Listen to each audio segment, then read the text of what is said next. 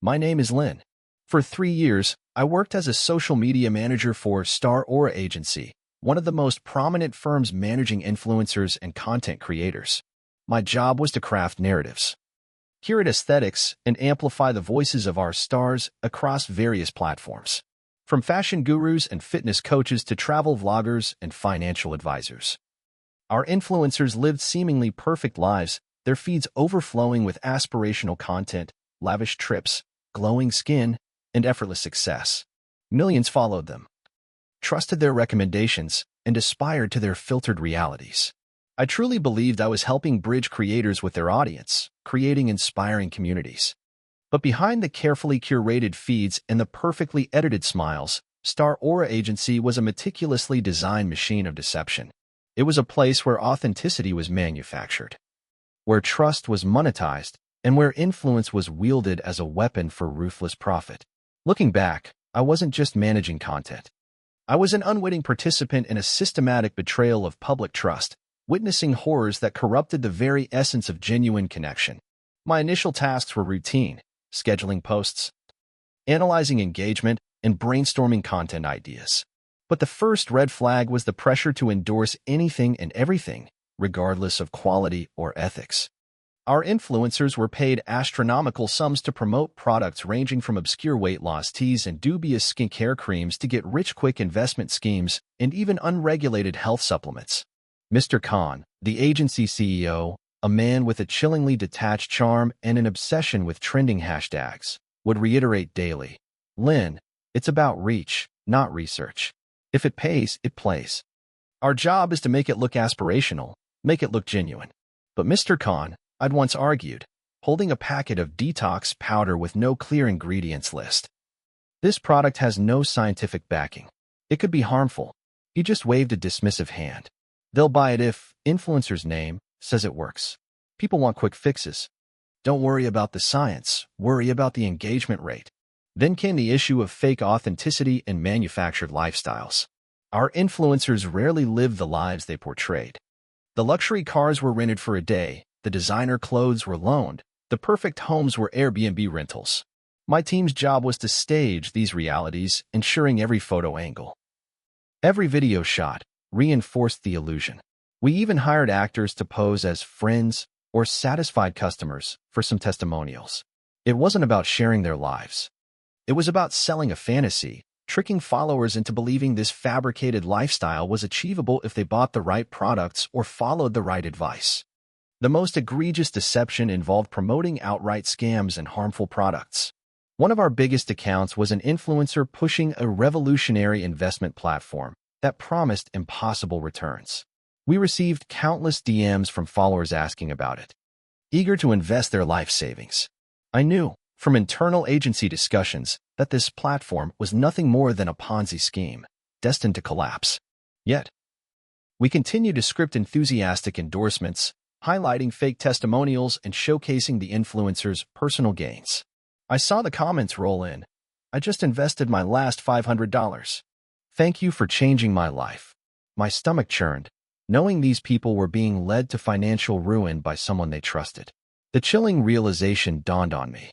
We weren't building communities. We were building elaborate traps. The perfect smiles, the aspirational posts, the heartfelt captions, they were all part of a grand deception, designed to extract money from unsuspecting followers. Every time I hit post, knowing the lies it contained, or saw a genuine, hopeful comment from a follower who was about to be exploited, I felt a cold knot in my stomach. The filtered lie wasn't just about superficiality, it was about systematic manipulation, preying on trust and aspiration for endless, often dangerous, profit, leaving behind not just disappointment, but financial ruin and shattered faith. The constant pressure to fabricate reality and push unethical products was soul-crushing. Mr. Khan's philosophy was simple: engagement is currency and controversy is free marketing. If a product was too niche or bland, we were instructed to create drama around it.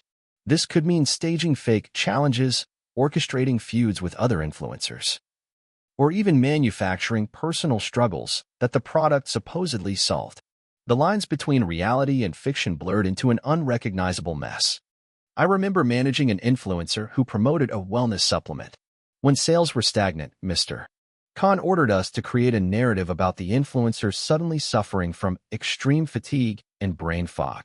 We meticulously filmed her looking tired, struggling through simple tasks, then miraculously recovering after just a few days of using the supplement. The comments section exploded with concern and then awe. It was a disgusting manipulation of empathy, exploiting the genuine worries of her followers for profit. The influencer herself, often exhausted from the constant acting, looked increasingly hollow behind the camera. Then came the more insidious tactics, exploiting trends and preying on vulnerable communities. When a new health fad emerged or a social issue gained traction, we were immediately tasked with finding an angle to monetize it. For example, during a period of economic uncertainty, we had influencers promoting dubious online courses on how to become a digital nomad or passive income millionaire. These courses were often overpriced, contained generic information readily available for free online, and offered no real value. They targeted young people desperate for financial freedom, selling them a pipe dream wrapped in slick marketing. The most disturbing aspect was the lack of accountability and the destructive impact on real lives. When followers inevitably lost money on a scam or suffered adverse reactions to a promoted product, the agency's response was always the same: deny, deflect, and silence. Comments questioning the product or the influencer's integrity were immediately deleted. Critical DMs were ignored. If the backlash grew too loud, the influencer would simply post a vague apology about misinformation or blame the internet trolls. There was never any genuine responsibility taken, never any refunds, never any true concern for the victims. I saw countless stories of followers losing their savings, developing health issues, or falling into depression after trusting an influencer's advice. A young woman shared her story of investing her college fund into a crypto scheme promoted by one of our finance influencers. She lost everything. Another follower developed severe skin rashes from a miracle skincare product we pushed. My inbox became a graveyard of shattered hopes and desperate pleas for help, all directed at the perfect, unblemished faces on our agency's roster. The pressure to remain silent, to be a cog in this machine of deception, became unbearable. My colleagues, numbed by the daily grind and the lavish paychecks, simply saw it as just business. It's the new advertising, and they'd say, everyone's doing it. If we don't, someone else will. But I couldn't rationalize it anymore. The glamour had faded, replaced by a deep sense of shame. I knew I was part of a system that wasn't just filtering reality, it was poisoning lives. One sponsored post at a time, transforming trust into betrayal and dreams into financial ruin. I couldn't continue. The thought of looking at another hopeful comment, knowing the lie behind it, became a torment. The weight of my silent complicity became an unbearable burden. Every perfectly filtered image felt like a slap to the face of truth, every enthusiastic caption a twisted lie. I saw the comments of desperate followers, their trust so easily bought, their hopes so tragically exploited. Mr. Khan's smug satisfaction, his relentless pursuit of trending content and lucrative deals, solidified my resolve. I knew I couldn't be a part of this toxic ecosystem of manufactured authenticity and widespread deception any longer. My conscience screamed louder than any viral trend. The final breaking point arrived with a chilling news report. The revolutionary investment platform that one of our top influencers had relentlessly promoted had finally collapsed. As I had feared, thousands of people, many of them young and financially vulnerable, had lost everything. The news showed tearful victims, their life savings gone, their futures shattered. One image, in particular, burned into my memory: a young woman, no older than myself, holding a screenshot of an influencer's smiling face, a testament to the trust she had placed and the ruin it had led to. I recognized the influencer. I had personally managed several of her promotional campaigns for that very scam. The lines between clicks and consequences, between likes and ruined lives, had never been starker. That evening, I couldn't sleep. The faces of the victims, the influencer's manufactured smile, the agency's cold indifference, it all swirled into a horrifying kaleidoscope. I thought of my initial idealism, my belief in the power of genuine connection and shared inspiration. Star Aura Agency had perverted it into a tool of mass manipulation and financial devastation. The next morning, fueled by a cold, righteous fury, I walked straight into Mr. Khan's pristine office. He was already scrolling through analytics, a faint smirk on his face. "Mr. Khan," I stated, my voice steady, though my hands trembled slightly. "I'm resigning. Effective immediately." He slowly looked up, his expression hardening. "Resigning, Lin? Are you serious? You're one of our best. And you know the ins and outs of our strategies. You think you can just walk away from this industry, from everything you've learned here? We have a lot of influence, Lin. A lot of connections. If you even think about spreading rumors or talking to anyone, your career in media will be over. You'll be blacklisted. And remember, the internet never forgets. A scandal involving you would be very easy to orchestrate." He leaned back, his eyes gleaming with a dangerous intelligence. "Don't be foolish. Silence is golden."